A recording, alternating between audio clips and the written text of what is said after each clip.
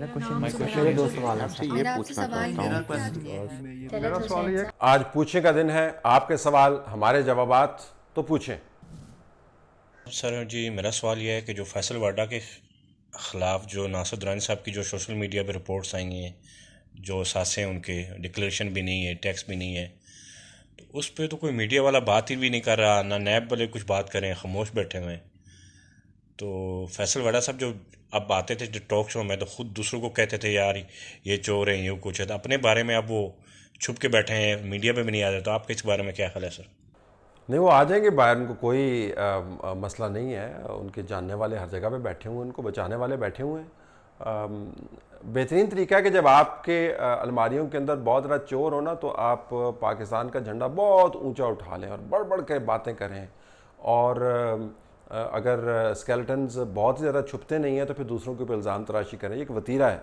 وارڈا صاحب کا جہاں تک کیس ہے بڑا واضح ہے. ان کو وضاحت کرنی چاہیے کہ وہ جائیدادیں انہوں نے کیسے بنائی ہیں، کون سا ان کا بزنس ہے، پیسے باہر کیسے گئے ہیں.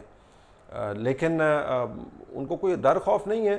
وہ دندناتے پھرتے ہیں کیونکہ ان کو شے بہت ہے، سپورٹ بہت ہے. جب تک وہ سپورٹ قائم ہے وہ آتے جاتے رہیں گے. ان کو کوئی نہ شرمندگی ہوگی، نہ ان کو وضاحت دینے کی ضرورت ہے. تو فی الحال وہ نظام کے بینیفیشری ہیں، تو جو بینیفیشری ہیں ان کے لیے سب چلتا ہے. جی میرا آپ سے یہ سوال ہے کہ جیسا کہ آپ جانتے ہیں ہمارے ملک میں عید کے معاملے پر تقسیم پائی جاتی ہے اور اکثر ہم ملک میں ایک عید کرانے میں ناکام رہتے ہیں. اس ضمن میں وزیر سائنس اینڈ ٹیکنالوجی نے ایک قمری کیلنڈر جاری کیا ہے.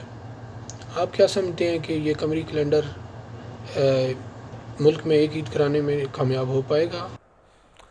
دیکھیں، تمام تر اختلافات اپنی جگہ پر، لیکن یہ جو بات ہے کہ چاند کو دیکھنے کے سائنٹیفک طریقے جو ہیں جو بہت سارے مسلم ممالک میں رائج ہیں، پاکستان کو ان کو اپنانا چاہیے. یہ ایک بہت ہی ویلڈ کیس ہے اور میں اس کیس کا حامی ہوں.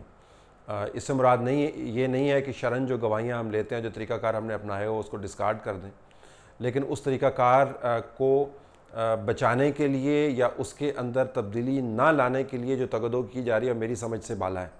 اگر ایسے سائنٹیفک طریقہ کار موجود ہیں جس کے اندر اگلے 30 نہیں 50 سال تک کے جو چاند ہیں ان کی موٹائی بتائی جا رہی ہے، اور دنیا بہت ترقی کر گئی ہے، وہ آپ کو بتا سکتی ہے کہ کس سال میں قمری مہینے کا چاند کیسا ہوگا. تو اس کو اپنا لینا چاہیے. لوگوں کے لیے سہولت مہیا کرنی ہے نا. اس دین کے نام کے اوپر لوگوں کو مشکل میں تو نہیں مبتلا کرنا. تو یہ کسی ایک فرد یا طبقے کی جارداری کا معاملہ نہیں ہے، لوگوں کو سہولت مہیا کرنے کا معاملہ ہے. اور شرعاً بھی یہ جائز ہے کہ آپ جو سائنسی اصول ہیں جو شرع سے متصادم نہیں ہیں ان کو آپ فوراً آپ کو اپنا لینا چاہیے. تو میں تو اس کے حق میں ہوں. اب یہ مسئلہ سالو کرے گا یا نہیں کرے گا، اب اچھا کام کرنے کے لیے فواد چودھری صاحب کو لگا دیا تو آدھا کام تو وہیں پہ خراب ہو گیا. تو میرے خیال میں اگر اس کو تدبیر کے ساتھ کیا جاتا تو شاید نتائج بہتر نکلتے. جی میرا سوال یہ ہے کہ جو پچھلے یہ 8-9 مہینوں سے مہنگائی کی لہر پہ لہر آ رہی ہے اور ڈالر اوپر مہنگا ہوتا جا رہا ہے، پیٹرول مہنگا ہوتا جا رہا ہے، بجلی گیس سب کچھ مہنگا ہوتا جا رہا ہے. جب حکومت سے پوچھا جاتا ہے کہ یہ سب کچھ کیوں ہو رہا ہے تو وہ یہ کہتے ہیں کہ جی پچھلی حکومتیں بیڑا غرق کر گئی، وہ سب کچھ کھا گئی، ان کی وجہ سے یہ سب کچھ ہو رہا ہے. تو میرا سوال یہ ہے کہ یہ موجودہ حکومت کا کب تک یہ منجن بکے گا کہ یہ پچھلی حکومتیں جو تھیں ان کی وجہ سے یہ سب کچھ ہو رہا ہے؟ جو منجن بیچنے والے ہوتے ہیں وہ یہ نہیں دیکھتے کہ منجن کوئی خرید رہا ہے یا نہیں خرید رہا، وہ بس منجن بیچتے چلے جاتے ہیں. آپ نے دیکھا ہوگا بسوں کے اندر چڑھتے ہیں، منجن بیچتے ہیں، کوئی گاہک نہیں ہوتا، آوازیں لگا کے نیچے چلے جاتے ہیں. تو منجن بیچنے والے جو ہیں وہ منجن بیچنے سے رکیں گے نہیں. یہ تو منجن خریدنے والوں کا کام ہے کہ وہ دیکھیں اور خود تجزیہ کر لیں کہ پچھلی حکومتوں کی نااہلیوں کی وجہ سے جو معاشی مسائل تھے ان کی نوعیت کیا ہے، اور جو موجودہ معاشی مسائل ہیں جس کی آپ نے نشاندہی کی ہے ان کی بنیاد کیا ہے.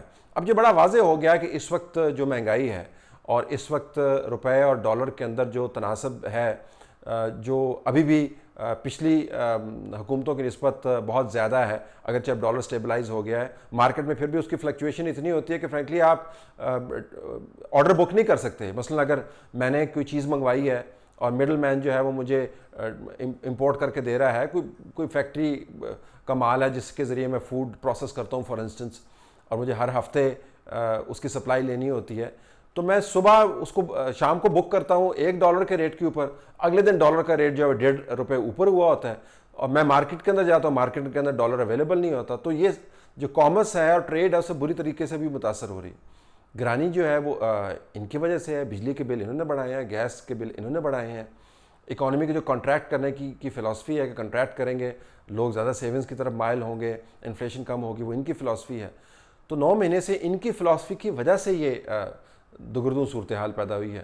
جو پچھلی حکومتوں نے کیا اس کا جو فٹ پرنٹ ہے وہ ایک اور جگہ پر آپ کو نظر آتا ہے. لیکن میرے خیال میں منجن بیچنے سے جو خریدار ہے اس کو متاثر نہیں ہونا چاہیے. خود اپنا ذہن بنا لیں، آپ کو پتہ ہے کہ کس وجہ سے ہو رہا ہے. طلحہ صاحب، میرا سوال یہی ہے کہ مطلب جو آج ہوا وزیرستان میں جو حادثہ آیا، جو پی ٹی ایم اور آرمی چیک پوسٹ کا سامنے دونوں کا موقف سنا ہے، پی ٹی ایم کا بھی اور آرمی کی طرف سے بھی، جو اس میں کافی کل تضاد ہے. اور دوسری بات اس سوال کے میں اور ایکسٹینڈ کرنا چاہتا ہوں کہ ایک میڈیا کا موقع بھی ہم نے سنا ہے بہت نگیٹو رہا اس پورے صورتحال میں. کیا ہمارے ملک میں ایک عام شہری کو احتجاج کرنے کا حق نہیں ہے پرامن؟ اگر ہے تو پھر ہمارے ریاستی ادارے ہمارے شہریوں کے ساتھ پھر ایسا کیوں کرتی ہے؟ ہمیں پھر اس حالات کی طرف کیوں لے کے جا رہے واپس؟ دیکھیں، اس میں جو موقف ہے آپ نے صحیح کہا، متضاد موقف ہیں. میں آج ڈان میں اسماعیل خان کی رپورٹ پڑھ رہا تھا، اس کے اندر بھی ذکر کیا ہے کہ پی ٹی ایم کا موقف کیا ہے اور حکومت کی طرف سے جو رپورٹ جاری کی ہے اس کا موقف کیا ہے. جو بنیادی بات کرنے کی یہ ہے کہ موقف جو بھی ہو، اسماعیل کی رپورٹ کے مطابق 13 افراد کی جانیں گئی ہیں، لوگ زخمی ہوئے ہیں. پاکستانی ہیں سارے، فوجی بھی پاکستانی ہیں اور یہ جو لوگ مارے گئے ہیں وہ بھی پاکستانی ہیں. کیوں ہم نے حالات کو اس نقطے پر جانے دیا جہاں پر یہ کلیش انیویٹیبل ہو گیا؟ تو جانوں کے زیاں کو بنیاد بنا کر آپ نے کسی کے خلاف مقدمہ کرنا یا کسی کو بین کرنا، وہ ایک قانونی کارروائی ہے، اس کے نتائج آپ کرتے رہیں گے، اس کے نتائج آپ بھگتتے رہیں گے. لیکن بنیادی سوال اس کا کسی کو جواب دینا ہے یا نہیں؟ تو میرے لیے بطور پاکستانی شہری یہ پریشان کن ترین واقعہ ہے کہ ایک ایسی جگہ پر جہاں پر تمام لوگوں نے اتنی قربانیاں دی ہیں، عوام کے نے ٹیکس دیے ہیں، پیسے دیے ہیں، فوج نے قربانیاں دی ہیں، ایف سی نے قربانیاں دی ہیں، پولیٹیکل ایجنٹس نے قربانیاں دی ہیں، انتظامیہ نے قربانیاں دی ہیں، جو مقامی جو زعماء ہیں، جو مشران ہیں، انہوں نے قربانیاں دی ہیں، قبائلی ڈسپلیس ہوئے ہیں. اس جگہ کے اوپر ایسے واقعے کا ہونا، تو میرے خیال میں یہ سوال، اس کا جواب تلاش کرنے کی ضرورت ہے. اور آپ نے جو پوائنٹ اٹھایا وہ بہت ویلڈ ہے.